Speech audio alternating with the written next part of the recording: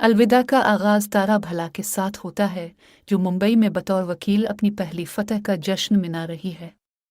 वो अपनी वालिदा और वालिद की कॉलों और पैगामात को नज़रअंदाज करती है।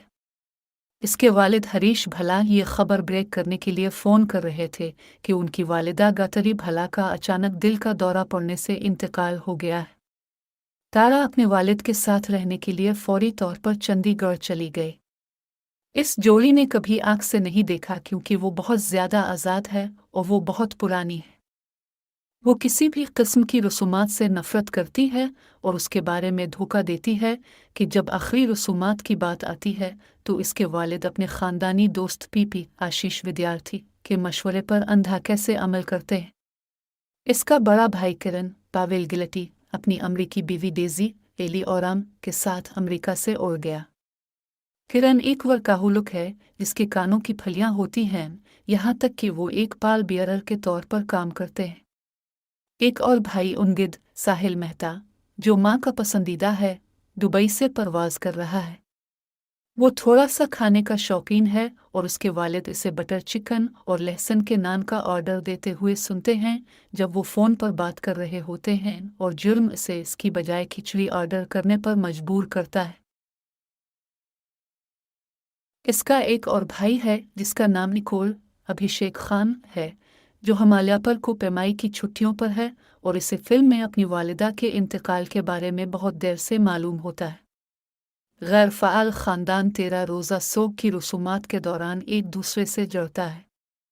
वो अपने इख्तिलाफ़ात के बावजूद एक दूसरे के साथ रहने की अहमियत को समझते हैं। तारा रसूमात में यकीन नहीं रखती, लेकिन एक पंडित सनील गोवर के साथ मिलने का मौका उसे एक नई रोशनी में देखने पर मजबूर करता है।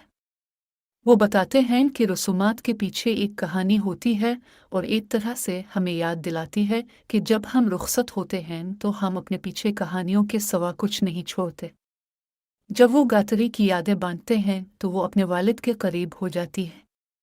वो हमेशा से ही ऐसा रिश्ता रहा है जिसने ख़ानदान को एक साथ रखा और उसकी मौत इसे मज़ीद मजबूत करती है।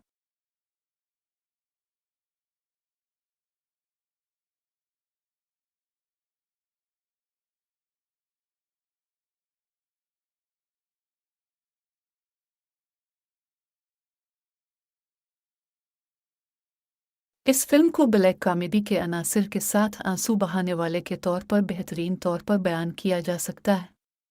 मिसाल के तौर पर भला के बंगले पर तज़ियत के लिए जमा होते वक्त महल्ले की आंटियां कुर्सियों पर नजरें जिमती रहती हैं क्योंकि वो लान में बैठना नहीं चाहते। वो सेल्फीज पर क्लिक करने में मसरूफ़ हैं और अपने मरने वाले दोस्त की याद में व्हाट्सएप ग्रुप बनाने का फैसला करते हैं। गौन गातरी गौन लोनली हरीश जी को हमारी ज़रूरत है।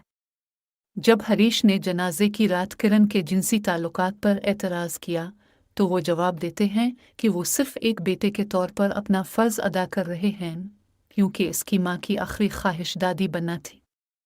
डेज़ी इत्तेफाक से खाने के लिए एक सिप उठाती है जब हवन चल रहा होता है वगैरह।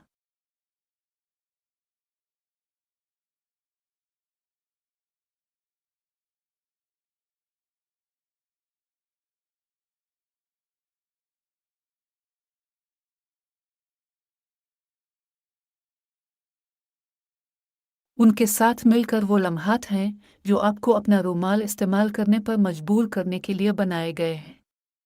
हरीश की अपनी बीवी के वालिद से मुलाकात, घाट पर उनका इकोलोग, यहाँ तक कि एक साथ गोलगप्पे खाते हुए ख़ानदान की सादा याद भी जज्बाती घूंसा बना देती है। ख़ानदान के अफराद के दरमियान तामुलत को दास्तान में एहतियात के साथ बनाया गया है और गमजोशी और मुज़ा से भरा हुआ है। अदाकारों को खराज तहसीन पेश करते हैं कि उन्होंने ये सब कुछ हकीकी और मुतल्लिका लगता है और मीलो ड्रामा को कम से कम रखा है।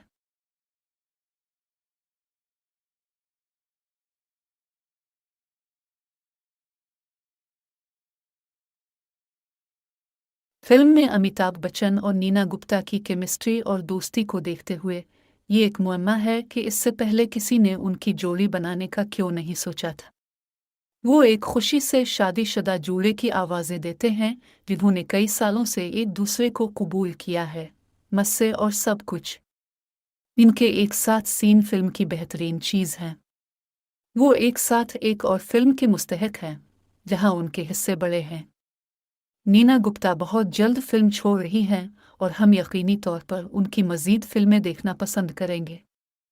अमिताभ बच्चन फिल्म में एक बार फिर सोने के दिल के साथ एक बदमिजाज बुजुर्ग का किरदार अदा करते हैं और फिर भी अपनी अदाकारी में नयापन लाने का इंतज़ाम करते हैं। इसने हमेशा अदाकारी को आसान बनाया है और ऐसा लगता है कि इसकी पेशा वराना महारत इसके साथी अदाकारों पर भी रगड़ गई है, क्योंकि हर कोई इसके साथ स्क्रीन की बेहतरीन जगह पर नजर आता है।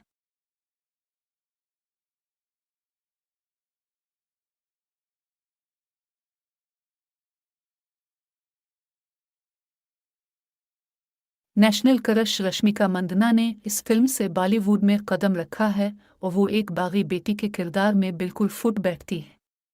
बच्चन के साथ इसके मनाजिर और पावेल गिलटी के साथ जिस बहन भाई के वो सबसे करीब हैं, इतना ही फितरी है जितना हो सकता है।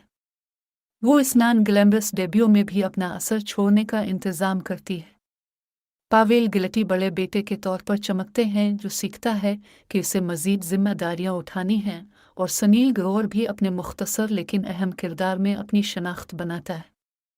रक्कासा के तौर पर अपना नाम रोशन करने वाली एली ओराम ने यहाँ ये साबित कर दिया है कि वो अदाकारी भी कर सकती हैं।